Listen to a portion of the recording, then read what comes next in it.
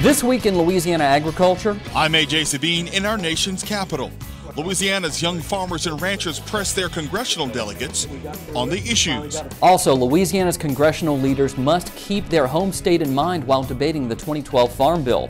And Cargill will continue to operate the grain elevator at the Port of Greater Baton Rouge after May. The reason may be good for farmers. Hi, I'm Avery Davidson. Thank you for joining us. Michael Dana has the week off. We begin by sharing stories from our recent trip to the nation's capital. This week in Louisiana agriculture followed a group of Louisiana Farm Bureau young farmers and ranchers as they brought issues which affect you and me to the attention of Louisiana's congressional delegation. Those issues include immigrant labor, the Clean Water Act, and the Farm Bill.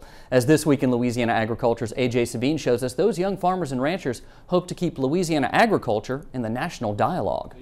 Louisiana young farmers and ranchers file into 4th District Congressman John Fleming's office one by one with issues on their minds. From clean water to a new farm bill, these farmers and ranchers have a lot to talk about. Fleming listened carefully to YF&R State Chair Marty Woldridge explain the critical need for dredging of the Red River.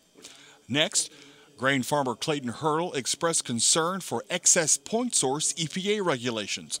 Fleming says he hopes to fight back intrusive EPA regs affecting agriculture, including defunding the agency. We have bills that that are out there on the docket now to defund EPA otherwise, also to reduce its powers, have hearings.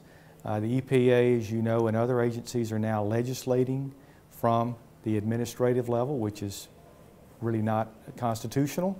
So we're going to have to fight that back on every level. Between meetings, YF&R members plan strategies on the issues. Woldridge says with the Farm Bill and other key issues hanging in the balance, these young producers want all of the bases covered. We're very interested in what the outcome is going to be on the upcoming Farm Bill that they're working on. Within the Farm Bill, especially on my own personal interest, were the conservation issues that help us on these cattle operations. We're very concerned also about the clean air legislation that's coming up, the clean water, things that are over that. By the way, we're also very interested in the estate tax reform, because all of those things are things that are going to either help us or hinder us as young producers as we're trying to improve our operations, take over family operations. We need this stuff to move in the right direction. Later, 7th District Congressman Charles Boustany welcomed the group to his congressional office. Boustany, who sits on the House Ways and Means Committee, fielded questions about the estate tax and his sponsorship of the RAMP Act, which provides funding for harbor maintenance, including dredging. The congressman says it's important for Louisiana's next generation of farmers to get involved in all levels of the legislative process. I'm very happy to see young farmers coming up here and taking an interest, because we're all concerned about the aging of our farmers and whether or not we're going to have our next generation active in farming. And it's critically important that they are, because it is the foundation. The Louisiana Farm Bureau's Young Farmer and Rancher Committee spent 2 days on Capitol Hill visiting the state's congressional leaders.